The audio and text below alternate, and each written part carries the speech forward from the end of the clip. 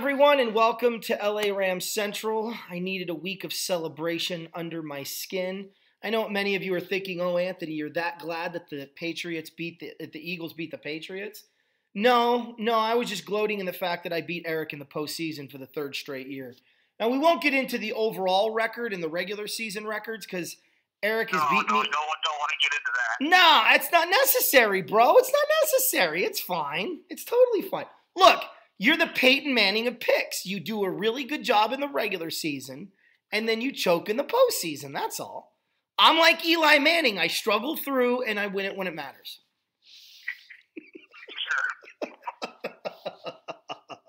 So if you don't know, and you wouldn't because you're not us, and you haven't known us for that long, Eric has beaten me, I don't know, what is it now, 10 straight years at the regular season picks? Something ridiculous. Yeah, sounds about right. So, but by and large, I usually win out in the postseason. Eric had a 2-year stretch where he was beating me both regular and post, but overall, I think I'm like 7-3 in the postseason against Eric. And of course, this Super Bowl, Eric picked New England, I picked Philadelphia, and none of the reasons in which we picked those teams did what they didn't do anything we said they were gonna freaking do. So Nick Foles looks like freaking Joe Montana against the Denver Broncos. And but hold on, no. But Nick Foles threw an interception, so you know that's false off the board. Well, that's right. So I can't use that. That's right. I do know one thing. Nick Foles is definitely better than Tom Brady at catching a football. Who catches the football better? Nick Foles or Marcus Mariota?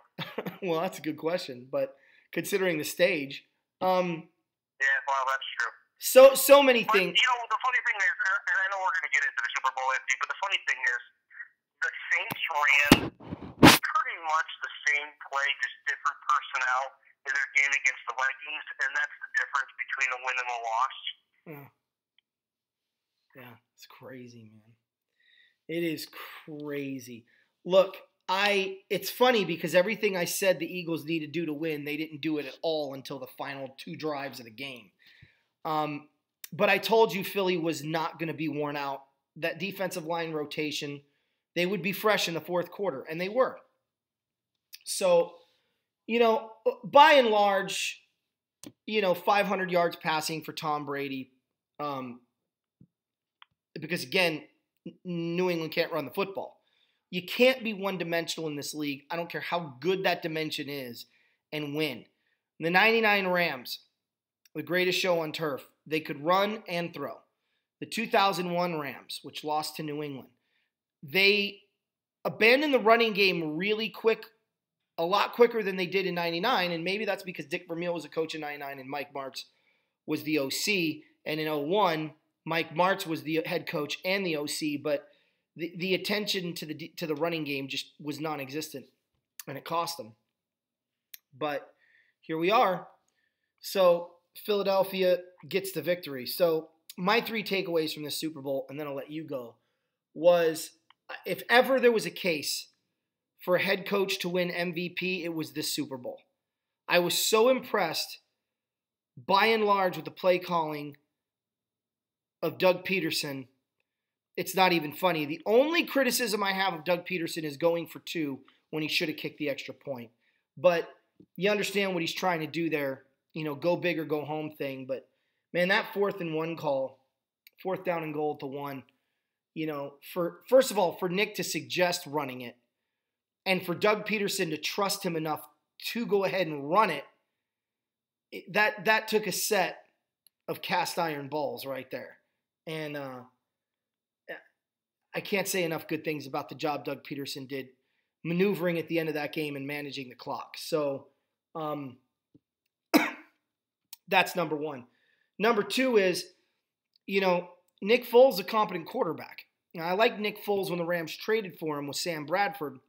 I thought this was the Nick Foles we were going to get, and instead we got something very different. I wasn't happy that the Rams got rid of him and kept Case Keenum and drafted Sean Mannion. But there he goes.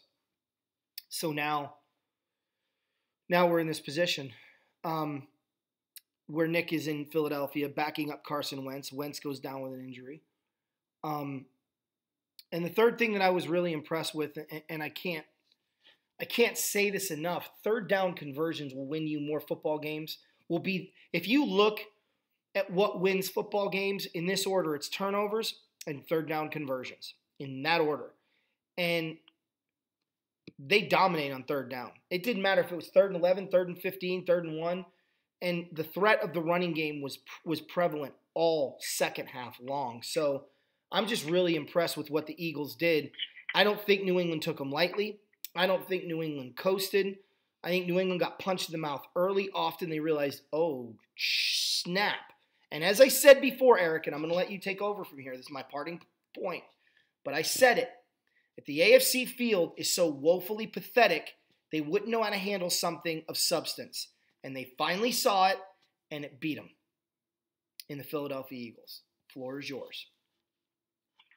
In any other circumstance, I probably would agree with your assessment on that, except New England lost by 8. Okay? It's not like New England lost by 14 or more, as you were saying that the whole time, New England's going to get blown out or the AFC is going to get blown out. AFC stands no chance. Listen, the Patriots were in that game up until the strip sack. I like my Super Bowls with a little bit of defense, okay? Yeah. There was no defense. There was one defensive play on the Patriots and one defensive play on the Eagles. And the Eagles' defense proved to have that one play matter most, okay? Because that's what essentially went from a 5-point game to an 8-point game. The special teams were crap. Absolute crap. The Patriots left 4 points on the board. The Eagles left at least 2 or 3 points on the board.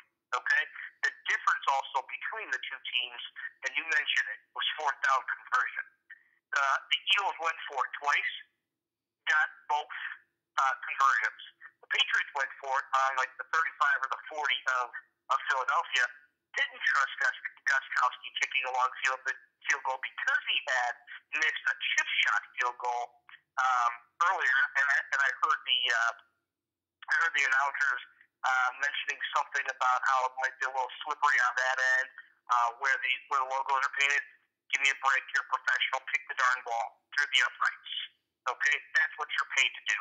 And I know some field goals are a lot tougher than others. I know you shake one every now and then, but stop! Don't even blame it on the paint to the logos, please.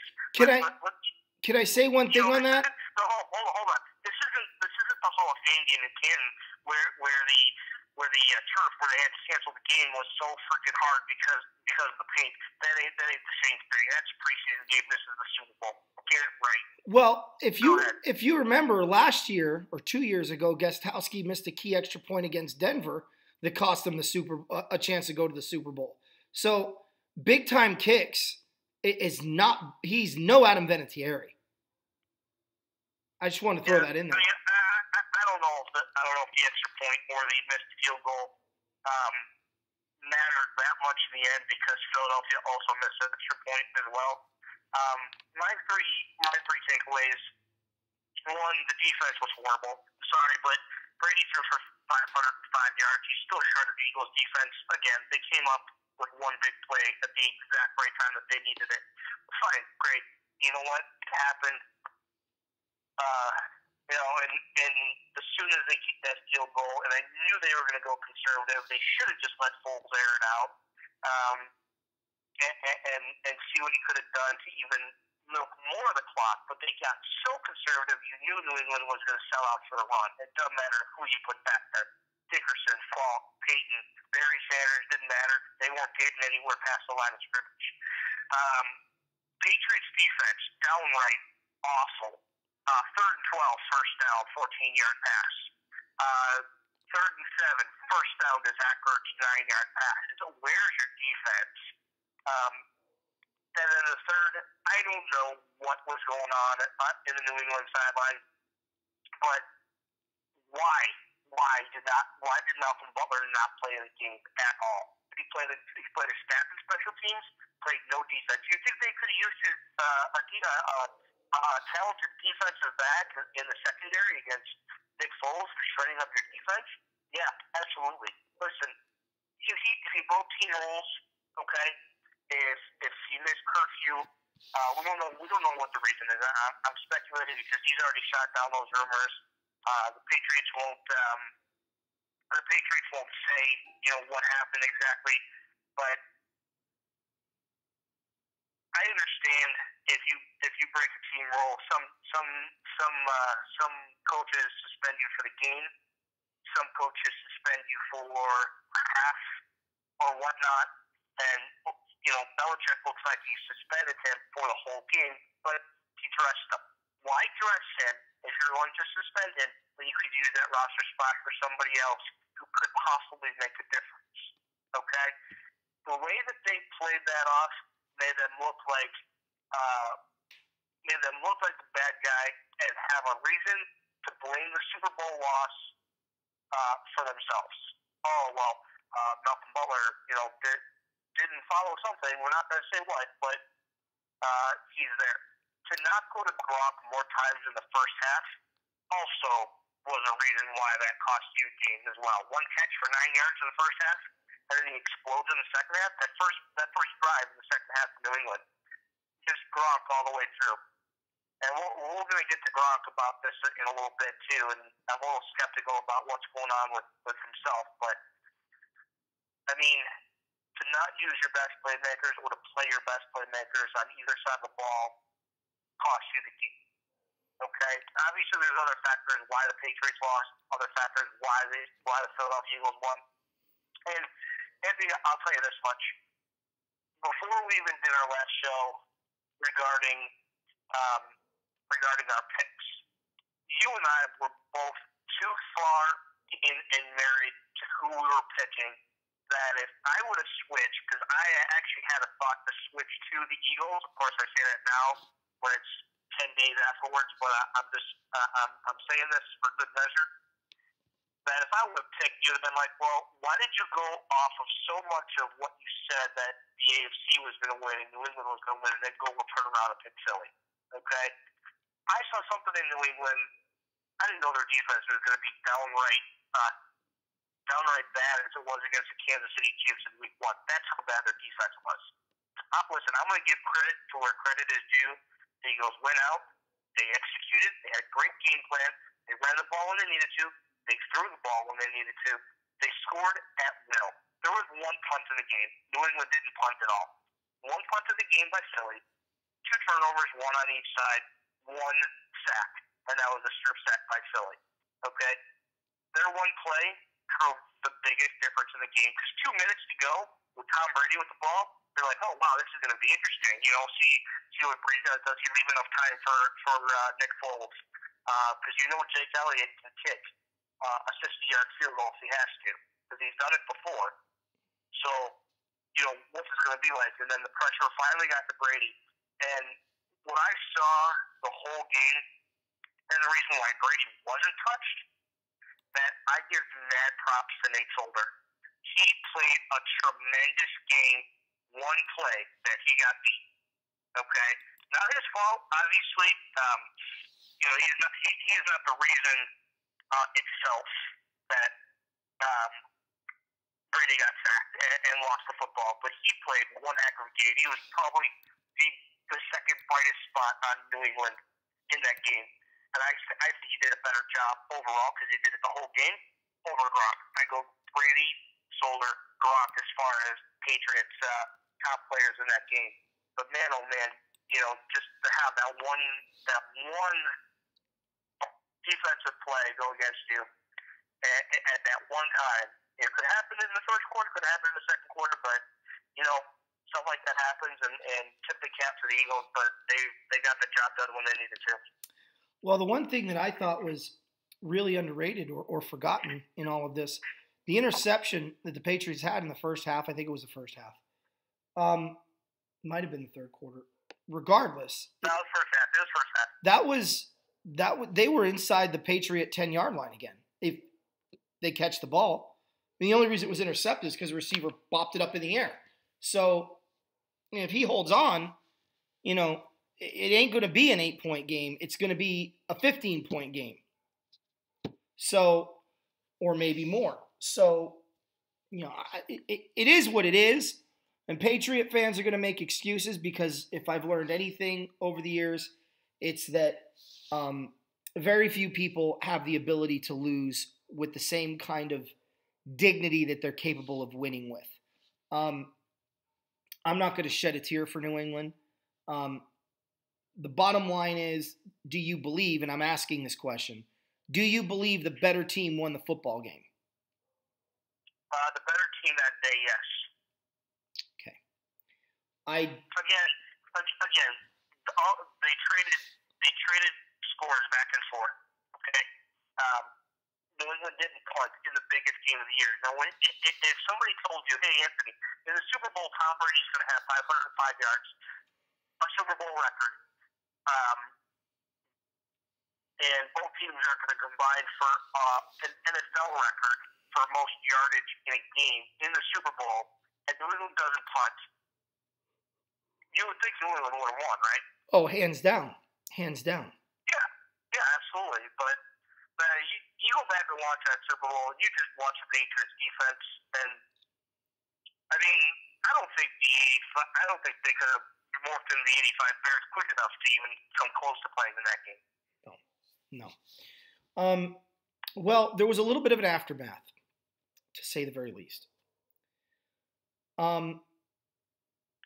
If I hear one more person on ESPN, talk radio, NFL Network say that people don't like the Patriots because they win, that they don't appreciate the dynasty, I'm going to I'm going to uppercut a giraffe until its neck grows another 14 feet. Like, I'm not done with it. Like, I want to find midgets and kick them, punt them into a building. I know these are weird analogies, just whatever. But it makes me so mad. You can't remove your bias look, I hate, and I mean hate, the San Francisco 49ers.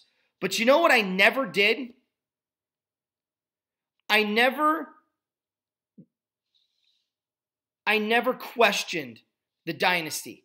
And I enjoyed watching and told myself, man, enjoy this.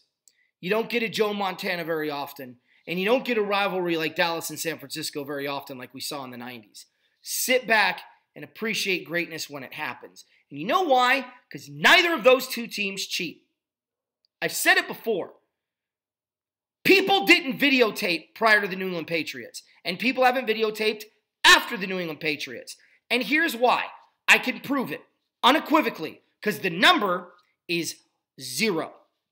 That is the amount of teams prior to New England Spygate getting caught and after New England Spygate getting caught. So either New England's the worst cheaters ever, and they were the only ones in the history of football to do it and get caught, or more likely, they were the only jackwagons in NFL history to do it.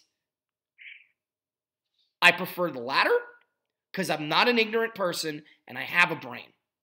Now, if you choose to be stupid and ignorant, by all means, be stupid and ignorant. But you're not going to convince a normal thinking, intelligent human being that that's even plausible. Deflategate, as stupid as it was, and yes, as a Patriot hater, I'm telling you that was stupid. They beat the Colts by 40-something points. It didn't matter. But therein lies the problem. It didn't matter. So why the hell are you doing it? Doesn't make a difference. So you have to change the pressure in the ball? For what purpose? You genuinely didn't think you were better than the Colts that you had to do that? It's an unnecessary cheat. It's like the kid that you know gets A's on every test, studied their rear end off, and then starts cheating on the dipstick next to him that has an F in your class. It's like, what are you doing? I know it's a teacher analogy many of you aren't going to get, but as students, you can appreciate that one probably. It's unnecessary. You had this financial scandal. First of all, you have to go all the way back. You have to go all the way back to 1982 with the snowplow incident. That was illegal. and the Patriots cheated to win a football game that got them in the playoffs. Cost Miami home field advantage. Then you go to 87 and the financial scandal with Sullivan that forced him to sell the team. Then you had the coaching tampering that happened with Bill Belichick in New York. Then you have Spygate. Then you had Deflategate. And now Josh McScandal strikes again. Now, you know what's interesting, Eric? Go ahead and that statistic about the Cleveland Browns and the Colts with Josh McDaniels, go ahead and share that with everyone because I think that's an interesting stat. Cleveland and McDaniels? The Cleveland Browns and the Colts with McDaniels versus Hugh Jackson. Oh, that's funny. I can't believe you remember that. Okay, well, Hugh Jackson in 2 years is 1-31 with the Browns, as we all know. Josh McDaniels was the Colts head coach for roughly about 45 minutes and had one less win. It's so pathetic. Anyway, so here's what the problem is with me, and then I'm going to let you chime in on this. So again, as a coach, the end game is to be a head coach, right? Right. And you supposedly love Jacoby Brissett. You're supposedly an offensive guru, right? So I'll get to why I'm saying that in a minute. You go to Indy, you have luck. You have a fourth-round pick or a third-round pick.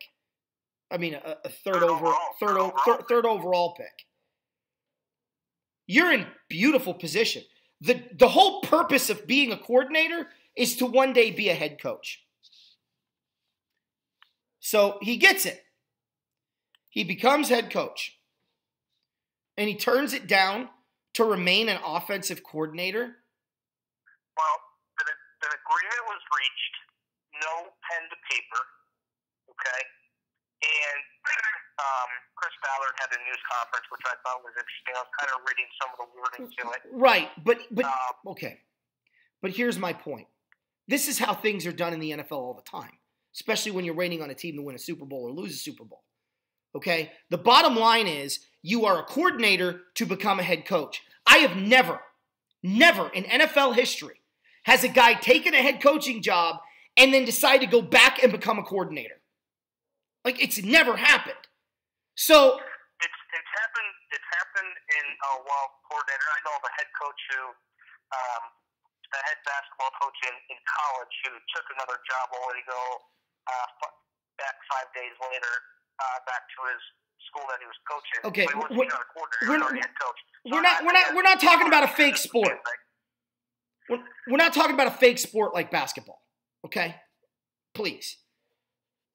I hate basketball. It's so mind-numbingly boring.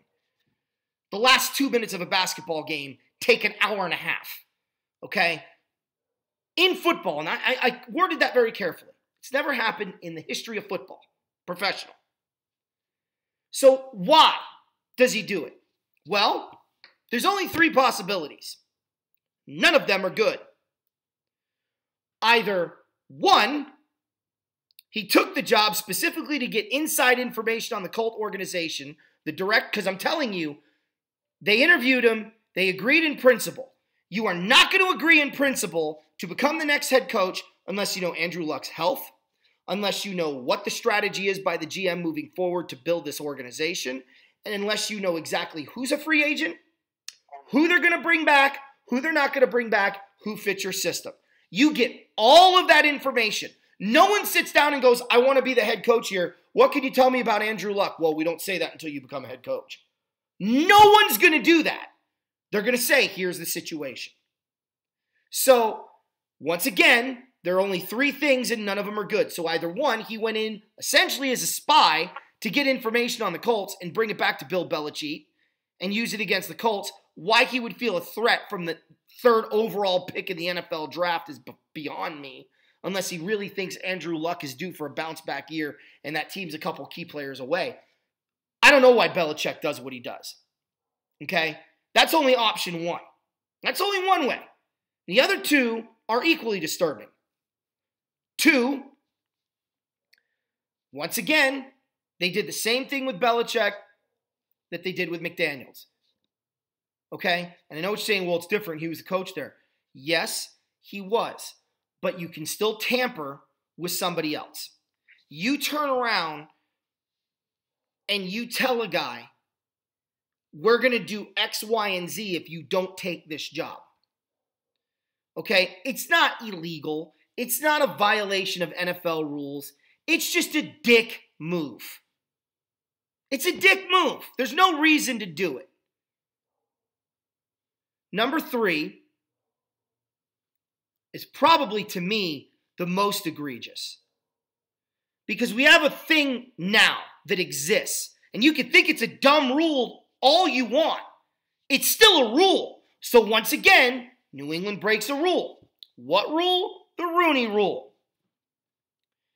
You are not allowed to name your heir apparent. If they told McDaniels, you come back here and you will replace Bill Belichick and be the next New England Patriot head coach, I'm sorry, don't you have to interview an African-American candidate? And doesn't it have to be a legitimate interview? Not a token, sit down, would you like to coach here? That's great, we don't want you, goodbye, we interviewed a black guy, now let's go to the white guy. Like, that's the entire reason for the friggin' rule. So that won't happen. So you can't sit there and go, oh, he's the heir apparent. That's clearly why he went back. Because if you say that, ESPN and all the douche canoes on the talk radio, I'm sorry, you're acknowledging that they're willfully violating the Rooney Rule. The very reason it was put in was to prevent that. And yeah, I'm a little bitter on this because when the Rams wanted to name Jim Haslett their head coach for the job that he did as the interim, the NFL squawked, the media blasted the Rams and forced them to go through the proper interview process, in which case they didn't hire Jim Haslett after all. We got stuck with Steve Spagnuolo. Worst 2 years of my life as a Rams fan. Starting with the drafting of Sam Bradford. Or ending that, because that was his rookie year. They went 7-9. But that was the year they screwed the Rams in every game just about. But point is, it cost the Rams a guy they thought was better for the job, somebody who had earned it the old-fashioned way by working his way up the system. Started as a linebackers coach with the Rams after leaving as being head coach in New Orleans, then became the D coordinator, then did a really good job as the intern when Linehan was fired, and then wanted to promote him and the league wouldn't let him. But you're going to go ahead and let Bill Belichick pick his successor? Doesn't work that way anymore. This ain't 1986. It's 2018. I almost said 17. I'm still stuck from the last year. Like, it blows my mind. So either it's one of those three things. He was sent in as a spy, they tampered with him, or they're going to make him the successor. There is no other logical reason to walk away from a head coaching job. Well, Tom Brady, give me Tom Brady. He's been there. He's won Super Bowls. That ship should have sailed. Not to mention Andrew friggin' Luck. A young, up-and-coming superstar. Yeah, he's not Tom Brady, but you can still win with the guy. I'm telling you right now, the only team that will hire Josh McScandals as their head coach is the New England Patriots. This was career suicide. Because his track record tells you he sucks as a coach, and now his character's in question. I'm not going to play for a guy like that. You tell me, oh, we're bringing in this guy, he's won 5 Super Bowls. Oh, it's not. But then you tell me it's Josh McDaniels, and I'm like, the guy that couldn't win in Denver? The guy that couldn't do the job in St. Louis? The guy who turned his back on the very men that he hired within minutes of being hired? That's the guy I'm supposed to go through a wall for. Because I'll put him through a wall, but I ain't going through it. Anyway, it's my rant. Your turn. Yeah,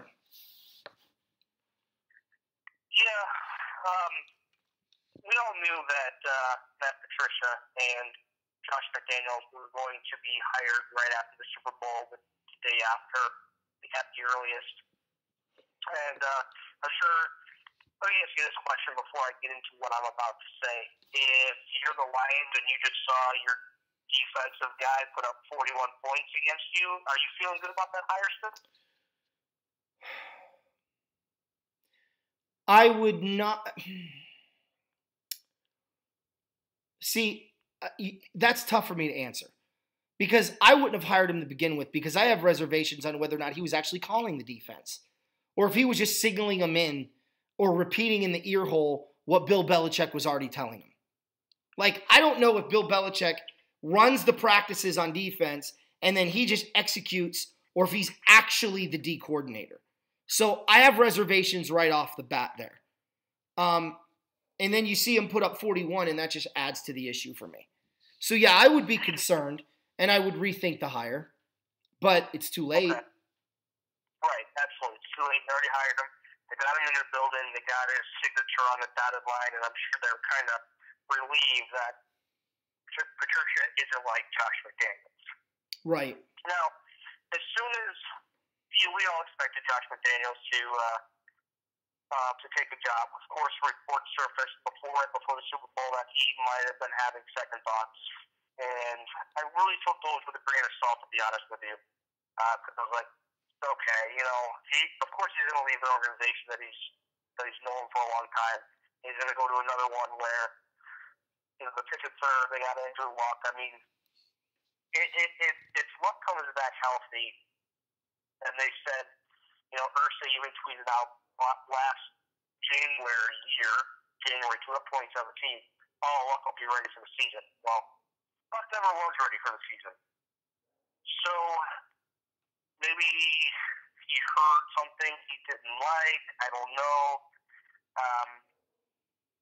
But, as soon as he says, okay, the Colts are going to press conference and introduce McDaniels as head coach, and then later that night, you get the alert, Josh McDaniels decides to stay in New England. You're like, okay, what's going on?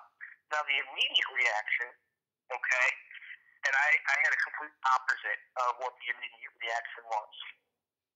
The social media immediate reaction was, this looks bad to the Colts. Jim Irsay and Chris Ballard are wearing egg on their face. Colts this, Colts that. I'm like, no, this has nothing to do with the Colts. You knew who you were interviewing. You know who you were hiring. You know the background of Josh McDaniels. So maybe he did you a favor. But do not even attempt to blame this on the owner or the GM of the Indianapolis Colts because they're not the ones who said yes and then reversed. It was McDaniels who said yes and then reversed. Maybe the Colts could have done a better job of wooing him during the time period they could. There's always going to be that speculation. Well, they didn't try hard enough. I mean, to me, when you offer a guy a position and they accept, and there's a lot of speculation that they're going to accept it and they do, that's all the wooing that you need. You don't need to roll out the red carpet. You don't need to get him a Lamborghini to drive around town and look good in. That's not what you do. Okay? So I like what Ballard had to say. He's like, you know what? We thought we had a deal. That was my fault. He took the blame. He was very professional about it. Said, you know what? We're going to go ahead and we're going to hire the right guy for the organization, which basically was taking a shot at McDaniels. But then he ended his press conference with the rivalry is back on. Okay.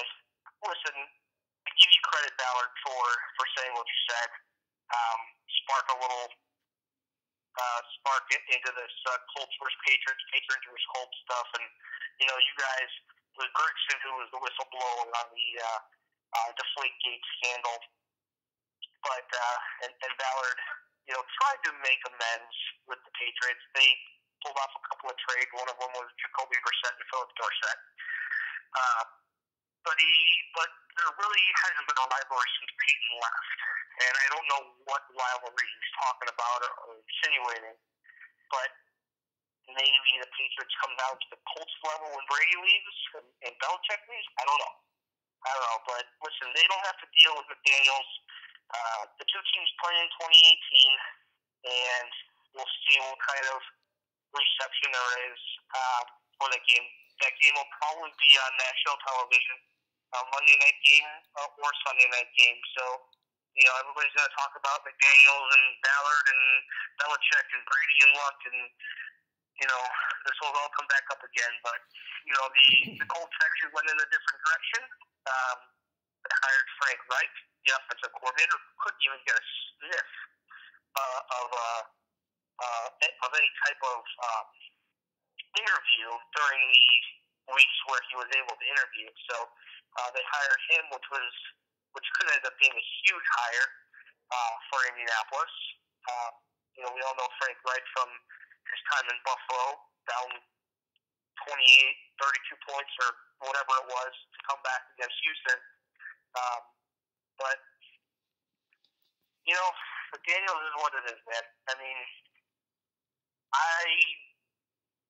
I'm just glad the Bears interviewed him and then went in a completely different direction. Okay, because a lot of people started pointing toward the Bears, like, hey, you know what? This could have been them. Yeah, it could have been us. And I would have probably went on an expletive-laden rant on this show if they hired Josh McDaniels. So I'm going to explain what their general manager said, because it blows my mind how closed-minded, how narrow-minded, but more importantly, how small-minded people are. We live in a time with instant gratification. So I'm going to explain what he meant. 1979, I'm going back a ways. The Rams owned the 49er rivalry. Owned it. Bill Walsh's first year coaching in San Francisco, the Rams buried San Francisco in San Fran. I know the score might not indicate it, but it wasn't a very close game, and the Rams kind of needled the Niners a little bit. And Steve Walsh was famous for saying that our opponents in the NFC West, they better enjoy this while it lasts, because it's not going to last much longer. Now, the 49ers in 78-79 were laughing stocks, okay? The fans tore the post down in 1979 when the 49ers beat the Tampa Bay Buccaneers for only their second win of the season. Okay, let that sink in. This is not an organization at the time that knew success. 1980, the Rams beat them twice. It would be the last time the Rams beat the 49ers twice in a season until 1999. And we know what the Niners did from 81 on. So, yeah, the rivalry probably is back on. But if you're going to sit there and watch 2018's football game and go, oh, it's not a rivalry, look at this idiot, you're an idiot. You're not only an idiot, you're a special kind of stupid. And they sell cereal with your name on it. It's called Special K. Because you are really special. Okay? It's not about 2018. It's about the long game. And the Patriots are going to come down a peg. But I think the Frank Reich hire, look, I'm going to tell you right now what the Colts need to do. What the Colts need to do with the third overall pick, if the Browns don't do it with the number 1 overall pick, is draft Saquon Barkley from Penn State. That's what they need to do. Tell Andrew Luck, we've got a back that can run for days, and then spend your free agent money on linemen to protect him. Because if he can't play, you've got a transcending running back that can keep you in football games with a moderate to competent quarterback in Jacoby Brissett. Right? Correct? Right. Well, all right. I don't know. Did you watch Brissett play this year? I mean, I wasn't impressed. I wasn't impressed, but at the same time, the Colts had nothing around him. And it's hard. But you get a transcending running back with a Look, the Rams went to a championship game with Dieter friggin' Brock. Don't ask me how it ended, because I hate your guts still to this day for that, Eric. All right? That's not the point. Okay? The point is, a guy named Dieter led our football team to a conference championship game because we had a back named Eric Dickerson. It can change everything. if Luck does play, you've got a transcending running back with a superstar quarterback. Now, maybe he's not. Maybe people still doubt that. But he's certainly better than Jacoby Brissett. That's what I would do if I was the Colts. But it's the long game. And there's no doubt the Colts are going to get better. And the Patriots are going to get worse. So, I get what you're saying about Barkley, but wouldn't you rather kind of play it safe? Because you can get a running back in any round, and that's been proven throughout the years. Jordan Howard in the 4th, Terrell Davis in the 6th. And I know I'm just saying a couple of names there, but, those aren't first-round running backs. If you're at all skeptical about Luck, wouldn't you play it a little bit safer and draft a quarterback? No. Because then you have two quarterbacks, one you have to groom and one that's injury-prone, and you're right back to square one. That's number one. Number two, if I have if I know Luck isn't going to play, I'm keeping that under lock and key. Okay? I'm going to bite the bullet this year. I'm going to trade him at the deadline for maximum profit and get my quarterback next year. Or I get one in free agency, because there's always going to be a QB in free agency, or one that you can, because think about it. If you have two number ones, you could probably trade him or trade those two number ones for somebody. Somebody's willing to do it. And I would argue that in the right system, quarterbacks can win. And you had three quarterbacks in one organization that stunk up the joint in 2016. They all went with different head coaches, and two of them went to the championship game, and one of them led the number one offense in football. Of course, I'm talking about Jared Goff. Right? It's doable. And I don't think these quarterbacks that we're talking about, with the exception of Case Keenum, because I did think he was that bad, I knew Nick Foles was good. I was pumped when the Rams got Nick Foles. So, I like Kirk Cousins. I like Alex Smith. You can win championships with those guys. This notion that you have to have an Aaron Rodgers blows my mind. You do understand that Brett Favre today would not be a sought-after quarterback. You do know that, right? Potentially. He doesn't fit the mold. So no, if I had any reservations, I get Barkley, because while you can get a running back in any round, you can't get Barkley in any round. It's like Todd Gurley. The Rams don't get Todd Gurley, somebody else will. And you're not going to get another Todd Gurley. You might get a good, competent back, but you're not going to get a transcending running back. You get those, once every 2 years. Yeah, you get your diamonds in the rough. Everyone right now loves Alex Kamara. So I'm going to throw a name out there for everyone. Look him up. Ruben Mays. Same team. Ruben Mays comes out of Washington State, lights the league on fire in 86, has a really good year in 87, and by 88, Dalton Hilliard was a starter. Backs burn out quick. But you don't get a Walter Payton, an Eric Dickerson, a Tony Dorsett very often. You can find a Neil Anderson. You can find a Joe Morris. You can find a Greg Bell. But you don't find Eric Dickerson and Walter Payton. You get them when you can get them. And I think Barkley's that kind of back. Just to answer that. So I want to wrap up one thing on this, okay? Going back to my original statement. The media is so close-minded and they're so ignorant. This whole thing that we're talking about is just another example on why people hate the Patriots, right?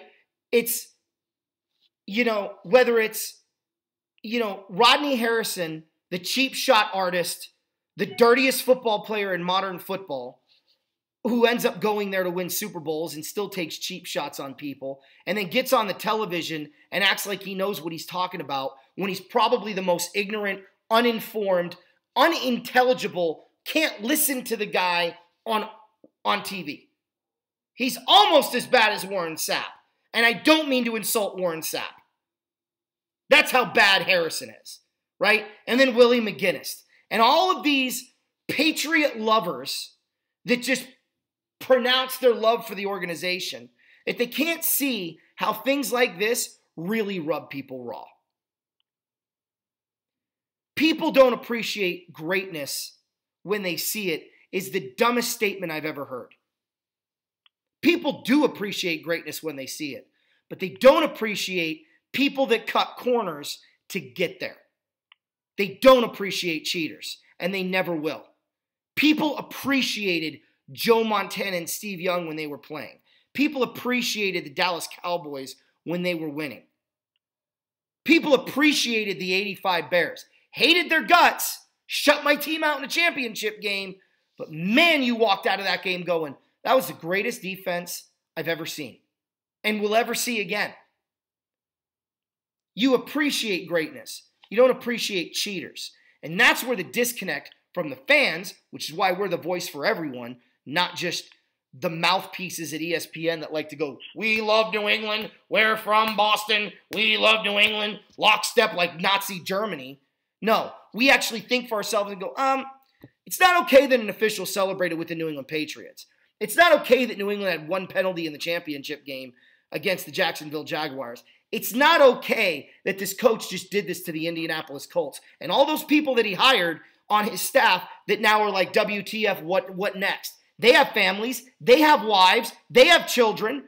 They had kids that they were putting in school. Now they don't know if they're in Indy next year or if they're going to be back on the market. Or worse yet, if they're going to be unemployed because the next guy, Frank Reich, may not keep them, nor should he have to. But it put a lot of people out. So it rubs people the wrong way. So this is just another example for why people hate the New England Patriots. And ESPN won't tell you this. Talk radio won't tell you this. They won't. Instead, they're going to tell you how great the Patriots are and that Caitlyn Jenner is a hero. Go ahead. I'm done. That was my 2 cents. Your turn. Take us home.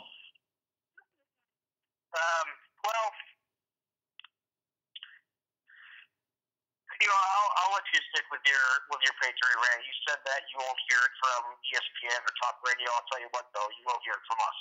Oh, for damn sure. Yeah. Easily. Yeah. But no, I'm gonna wrap up that Patriot talk here. I mean, we really don't need to, keep talking about them. They lost the Super Bowl, but I do want to ask you: does Gronk retire? Ooh. There was a question that was asked to him after the Super Bowl. Hey, are you looking to possibly retire? And he didn't give a yes or no answer, which fueled a lot of speculation. I know he takes a lot of hits. He's got that arm. He wears a lot of arm wear on his left arm. He's had back issues, knee issues. Do you think he retires? Here's the thing I think everyone needs to do is calm down and take those interviews with a grain of salt. You are not getting an honest assessment from a player after a Super Bowl defeat like that. So, I don't know. I'm going to operate under the assumption no, because I think emotions are raw right after an event like the Patriots experienced. But I will tell you, having a back injury of my own to reflect on, there is nothing more painful, more crippling, more debilitating, and to make you feel more helpless than a back injury. And if he's told by a doctor that if you keep playing, your back will never be the same, that would give me pause to retire. I wouldn't be worried about an elbow. I don't do steroids, so I wouldn't be worried about concussions or CTE. But I would be concerned about a back injury because that's ball game. The slightest little back twinge, and you're done. Yeah. I mean, I was out of commission for almost a week when my back went. And it's scary because you're helpless. I mean, I couldn't sit. I couldn't stand. I couldn't sleep. I'd spasm. It was the worst 5 days of my life. So I can only relate under that, let alone having surgery and constant pain. So I would understand if that was the reason. Yeah. So then I ask you this question. I asked a respectable football person this on Twitter.